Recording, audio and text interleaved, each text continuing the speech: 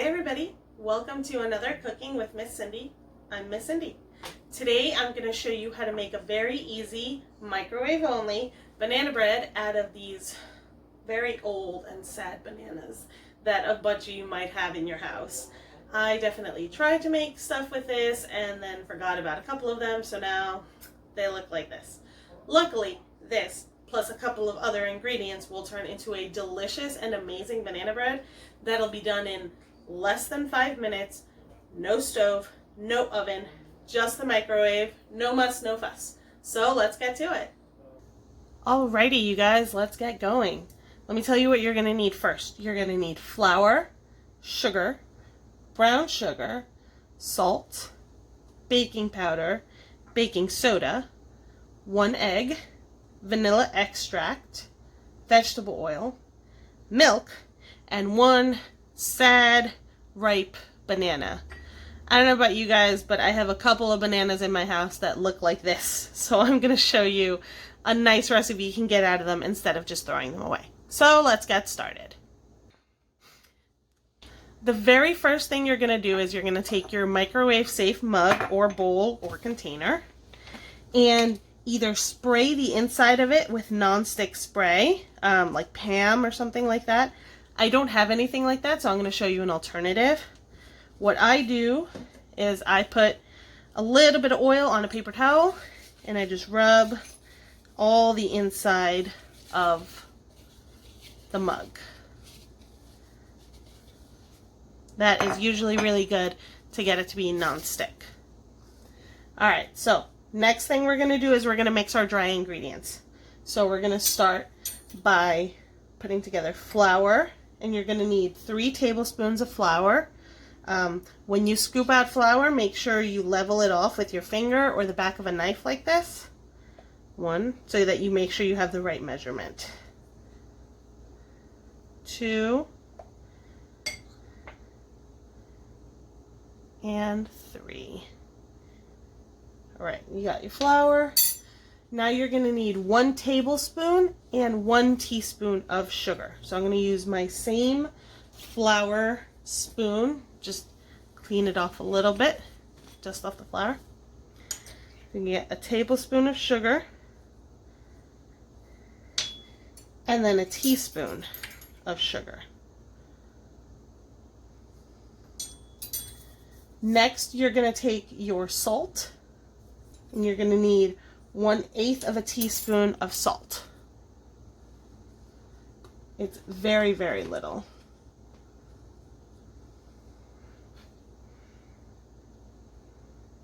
There you go. 1/8 of a teaspoon of salt. 1/8 of a teaspoon of baking powder. Baking powder and baking soda are not the same thing, so just be aware.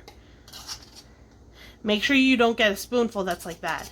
You want to shake it or level it with your finger like I showed you. Clean that off again. And then add the baking soda. You're also going to want 1/8 of a teaspoon of baking soda. So when you've got those ready, you're going to just give them a quick mix. Just want to incorporate them. Then you're going to add 2 tablespoons of brown sugar. Now brown sugar is a little clumpier and a little moister than regular sugar, so you're going to want to pack it in a little. It's 1, and that's 2. And then you're going to mix those all together as well. Making sure it all gets very incorporated. You want to mix these in before you put in your wet ingredients so you don't have to mix it up all together too much. There you go. That looks really good, really incorporated. Next, we're going to take our egg and crack that in. Now, one thing that is really helpful when you're cracking eggs into recipes is if you're not super comfortable with it or you're not very familiar with it, you can, let me move this bowl here, perfect. You can take your egg and crack it first into the bowl or into your cup. That way if you get any shell bits, you can pick it up with the other eggshell. So let's say I had a little piece of shell. I would just take that and scoop it out. It makes it easy, that way you don't get any shell bits or anything that you don't want in your final product.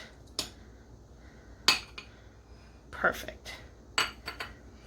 So you're going to take your fork and poke at the yolk to break it up, and then give it a good mix. You don't want to overmix, you just want to make sure that when you stir it, there is not any dry, clumpy bits at the bottom. See? These are things that you have to look out for.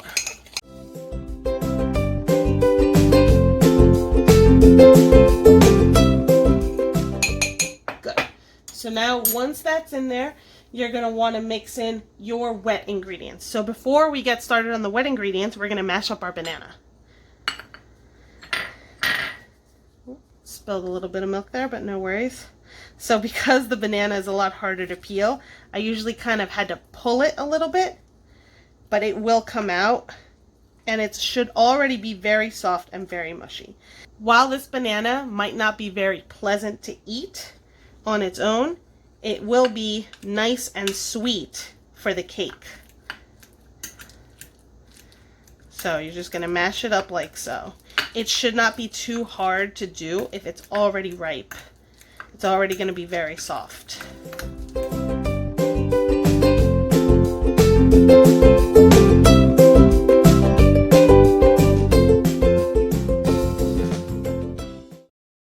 Now that our banana's mashed up, we're going to put it aside for now, and I'm going to move some of these aside as well. Okay, so let's continue with the wet ingredients. We're going to use vanilla extract, and you're using 1/4 teaspoon. If you're not very used to cooking and measuring, I don't suggest measuring this out over the bowl. That's just how I'm used to doing it, but it's probably safer to do it over another bowl. All right, 1/4 teaspoon of vanilla. Then we're going to need vegetable oil or canola oil, corn oil, any sort of light oil that you have is fine. I'm using canola. So it's a tablespoon of vegetable oil, and then a tablespoon of milk. I'm using regular milk, but you can use any milk that you have. Rice milk, soy milk, oat milk, anything like that. And finally, our mashed banana. It smells very banana-y. That's how you know it's very ripe. Alright. Now, because you already pre-mixed a lot of the ingredients, you shouldn't have to mix too much. Just until it's incorporated.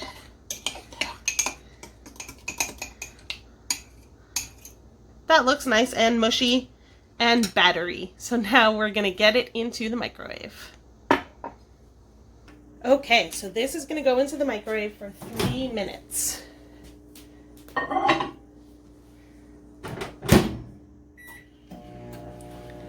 Like I've said in my other videos, depending on the size of your microwave or the size of your mug, it might be more than 3 minutes or less than, so definitely keep checking on it. I'm probably going to check on this at about the minute or the minute and a half point, and just keep checking from there till I get to my 3 minutes. But it might be more or it might be less. Use your common sense, best judgment, and your nose. So this is what mine looks like after 3 minutes in the microwave. Be super careful. This is hotter than I'm pretty sure the surface of the sun. But you can tell that it's all done. It's not mushy anymore. It looks cakey. See, it is fully solid. Like I said, I did mine for 3 minutes. I did check on it after 1 minute and 30 seconds and after 2 minutes and 30 seconds just to see how it was going. So feel free to open up the microwave and just check to see how it's doing. It's not like the oven. You're not going to let out a bunch of heat or anything. Definitely check. Because like I said before, everybody's microwaves are different. So I'm going to go ahead and dig into this probably in about 3 minutes once it's stopped being as hot as lava. Alright everybody, I hope you enjoyed that. I hope you learned how to do something new today. I'm definitely going to eat this banana bread pretty soon. because it smells amazing. It smells like warm bananas. I gave you just the plain recipe, but you could add so many things to it to make it even more delicious. You could add walnuts, you could add chocolate chips, you could add Nutella. All of those would be great. If you do make this recipe or anything from Tween Tuesday, please send it to me at this address right here. I would love to see what you guys are working on, and I really hope that you have an excellent weekend, an excellent week, and I will see you next time on Cooking with Miss Cindy. Bye!